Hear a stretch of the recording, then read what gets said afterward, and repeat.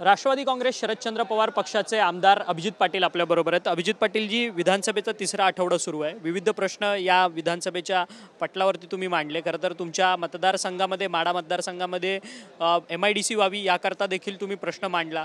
त्याचसोबतच चारा छावण्यांचा प्रश्न मांडला की चारा छावण्या या दुष्काळात सुरू होतात, परंतु दुष्काळात सुरू झालेल्या चारा छावण्यांचे पैसे गेल्या 5 वर्षांपासून थकीत आहेत। या सगळ्या संदर्भात सरकारकडनं काय उत्तरं आली आणि काय तुम्ही मुद्दे प्रामुख्याने उपस्थित केले?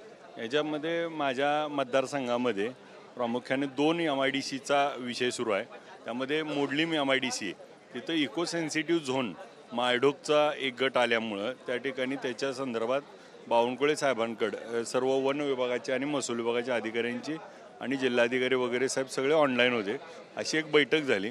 त्यामध्ये जो तोडगा काढायचा त्याच्यावरती लवकर रिपोर्ट देतील। आणि दुसरं म्हणजे पंढरपूर तालुक्यातला मेंढापूर हे खूप वर्षापासून त्याची प्रलंबित मागणी आहे, त्याच्या संदर्भात पण काल चर्चा झाली। आणि त्याच्या संदर्भात देखील त्या वन विभागाच्या ज्या NOCs वगैरे पाहिजे त्याचं येणाऱ्या मीटिंगमध्ये घेऊन त्या ठिकाणी त्याचा क्लिअरन्स देऊन ही जागा आम्हाला त्या ठिकाणी उपलब्ध करून देण्याचं त्या ठिकाणी मंत्री महोदयांनी आश्वासन दिलं। दुसरा विषय जसं आपण चारा छावण्याचे 2019 साली पंढरपूर मंगळवेढा, पंढरपूरचे 8 लाख रुपये, मंगळवेढा आणि सांगोला तालुका आणि मोहोळचे काही असे सगळे मिळून 36 ते 37 कोटी रुपये 2019 सालापासून त्या ठिकाणी प्रलंबित आहेत। आज त्या सगळ्या छावणीवाल्यांनी स्वतःचे पैसे टाकून व्याजानं काढून त्या ठिकाणी छावण्या केल्या होत्या। त्या लक्षवेधीला त्या ठिकाणी मी देखील प्रश्न विचारला होता की या सगळ्यांना व्याजासहित पैसे मिळावे, कारण 5 वर्ष झाले हे सगळे झोपलेले आहेत। तर त्या ठिकाणी सरकार त्या ठिकाणी तशी तरतूद नाही म्हणून सांगितलं आणि येणाऱ्या 7 दिवसात ह्याच्यावरती तोडगा काढून पैसे देण्याचं काम करू असं मंत्री महोदयांनी सकारात्मक उत्तर दिलं। त्याचबरोबर आमचे विखे पाटील साहेबांना एक लक्षवेधी होती सीना माडा उपसा सिंचन योजनेची, त्या लक्षवेधीला त्या ठिकाणी सकारात्मक उत्तर दिलं। 7 गावाला गेले 30 वर्ष झालं पाणी मिळालं नाही।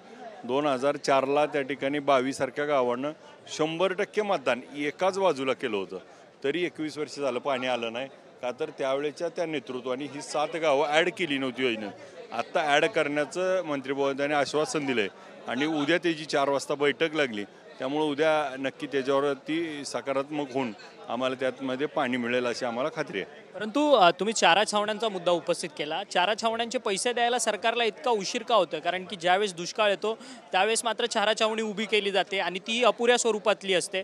हे दुष्काळ घालवण्याकरता सरकारकडनं काही ठोस योजना अवलंबल्या जातील का नुसत्या चारा छावण्या लावूनच हे दुष्काळ घालवण्याचा सरकार प्रयत्न करणार?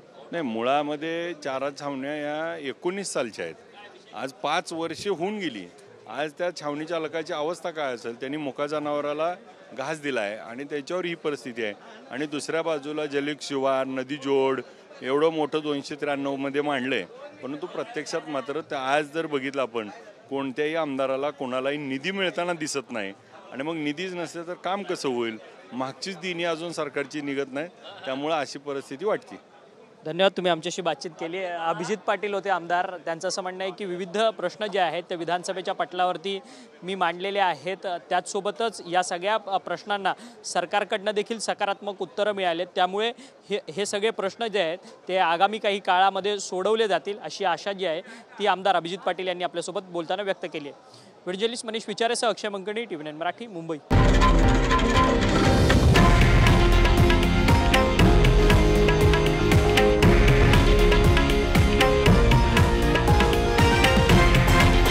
हे आहे देशातील नंबर 1 न्यूज नेटवर्क आणि आपण पाहत आहात TV9 मराठी, एकमेव।